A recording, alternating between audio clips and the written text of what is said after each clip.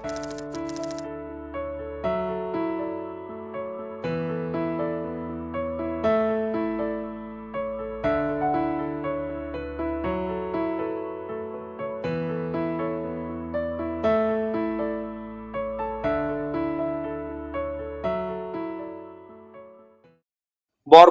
গড় বর্গ।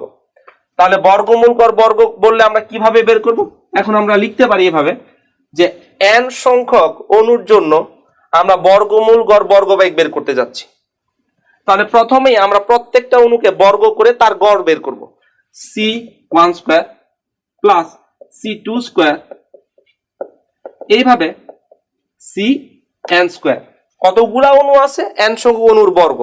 তাকে আবার তাহলে গড় বের করার জন্য কত দ্বারা ভাগ করতেছি আমরা? যতগুলা অণু আছে সেই সংখ্যা দ্বারা ভাগ করছি n। এটা হচ্ছে গড় বর্গবেগ, এটাকে বলা হচ্ছে গড় বর্গবেগ। গড় বর্গবেগকে আমরা যদি বর্গমূল করে দেই তাহলে আরএমএস বা বর্গমূল গড় বর্গবেগ চলে আসবে। এটাকে বলা হচ্ছে সিআরএমএস। তাহলে এই যে জিনিসটা আছে, এই যে ভিতরের মানটা আছে, এটা আমরা কিভাবে পাবো? সিআরএমএস কে যদি আমরা স্কয়ার করে দেই, সিআরএমএস কে আমরা যদি স্কয়ার করে দেই তাহলে মান আসবে কত? c1 square plus c2 square cn square by n। CRMS square, তাহলে সিআরএমএস স্কয়ার সমান আসবে এইটা। তাহলে এখন আমরা মনে হয় এখানে একটা কোয়ান্টিটি অলরেডি ডিরাইভ করে রাখছি যেখানে এই রাশিটা দেখা যাচ্ছে, c1 square plus c2 square plus cn square by n। এইটা কি তাহলে আমরা সিআরএমএস স্কয়ার লিখতে পারি? বর্গমূল গড় বর্গবেগের বর্গ লিখতে পারি? হ্যাঁ। তাহলে এর পরের লাইনে আমরা যদি লিখতে চাই আমরা লিখতে পারি n 2m by l CRMS square. তাহলে আমরা কি পেলাম? যে n সংখ্যক অণুগুলা দ্বারা প্রযুক্ত মোট বলের মান n 2m by l CRMS square. এবং এই CRMS টা হচ্ছে CRMS বা রুট মিন স্কয়ার ভেলোসিটি, যেটা এই স্কয়ারের নিচে যে অংশটা আছে এটা হচ্ছে তার কার্যকরী গড়।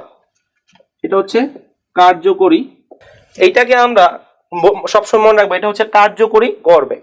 এখন আমরা কি বের করলাম? লাস্ট পর্যন্ত আমরা আসলে কি বের করলাম? আমরা বের করছি n সংখ্যক অণুগুলা দ্বারা দেয়ালের উপর প্রযুক্ত মোট বলের পরিমাণ হচ্ছে এটা, মোট বল। তাহলে আমরা যেটা বের করছি এটা হচ্ছে F টোটাল, এটা হচ্ছে মোট বল। এখন কথা হচ্ছে এই অণুগুলা কয়টা দেয়ালের উপরে ধাক্কা দিচ্ছে? আমরা এই যে কন্টেইনারটা দেখাচ্ছি, এই কন্টেইনারের C1 শুধুমাত্র একটা অণুর ব্যাগের দিক দেখাচ্ছি এবং এই অণুটা এই ডিরেকশনে মুভ করতেছে তিনটা ব্যাগের টানাটানির কারণে।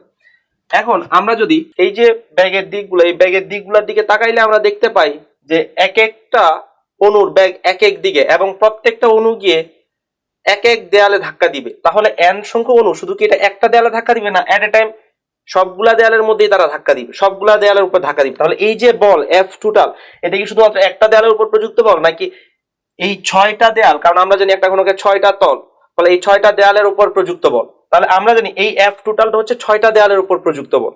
তাহলে 6টা দেয়ালের ক্ষেত্রফল যদি আমরা বের করতে পারি এবং আমরা 6টা দেয়ালের উপর প্রযুক্ত মোট বল জানা আছে, তাহলে মনে হয় আমরা চাপটা বের করে ফেলতে পারবো যে গ্যাসের অণুগুলা কি পরিমাণ বল প্রযুক্ত করতেছে। তাহলে দেখা যাক P ইকুয়াল টু হচ্ছে F টোটাল বাই একটা দেয়ালের ক্ষেত্রফল, এটা L এবং এটা L। তাহলে একটা দেয়ালের ক্ষেত্রফল আমাদের জানা আছে L স্কয়ার, এরকম দেয়াল আছে 6টা, তাহলে 6টা দেয়ালের ক্ষেত্রফল হচ্ছে 6L স্কয়ার। তাহলে F টোটালের মানটা আমরা যদি এখানে বসাই দিই তাহলে P এর মানটা বের হয়ে আসবে 2M by L n CRMS square by 6L square. এরপরের লাইন 2 দ্বারা 6 কে যদি আমরা ভাগ করি তাহলে এখানে থাকবে 3L স্কয়ার, 3L স্কয়ার আবার নিচে চলে আসবে উল্টা হওয়ার পরে, উল্টাই গেলে তাহলে n m CRMS square by 3L square into L।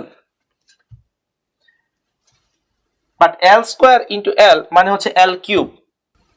এল কিউবটা আমরা শুরুতে মনে হয় লিখছিলাম, এল কিউব হচ্ছে এই যে ঘনকটা নিয়ে, যে পাত্রটা নিয়ে আমরা কাজ করতে, সেই পাত্রের আয়তন, অর্থাৎ ওই গ্যাসের আয়তন, যে গ্যাসটা আমরা জানি পাত্রের আয়তনের সমান আয়তন দখল করে থাকে। তাহলে এল কিউব মানে হচ্ছে ভলিউম ভি, তাহলে পাত্রের আয়তন বা গ্যাসের আয়তন V equal to L cube. তাহলে আমরা পরের লাইনে লিখতে পারি 1/3 M N C by V. তাহলে আমরা মোট চাপের মান পি এর মানটা আমরা বের করে ফেলছি। তো এটাকে আমরা যদি পরিষ্কারভাবে লিখি, পি ইকুয়াল টু 1/3, তাহলে আমরা এন সংখ্যক অণু, যে প্রত্যেকটা অণুর ভর হচ্ছে এম, সেই এম দ্বারা, সেই এম ভর বিশিষ্ট এন সংখ্যক অণু দ্বারা একটা ভি আয়তনের পাত্রের দেয়ালের উপর প্রযুক্ত চাপের মান পি আমরা বের করতে পারছি।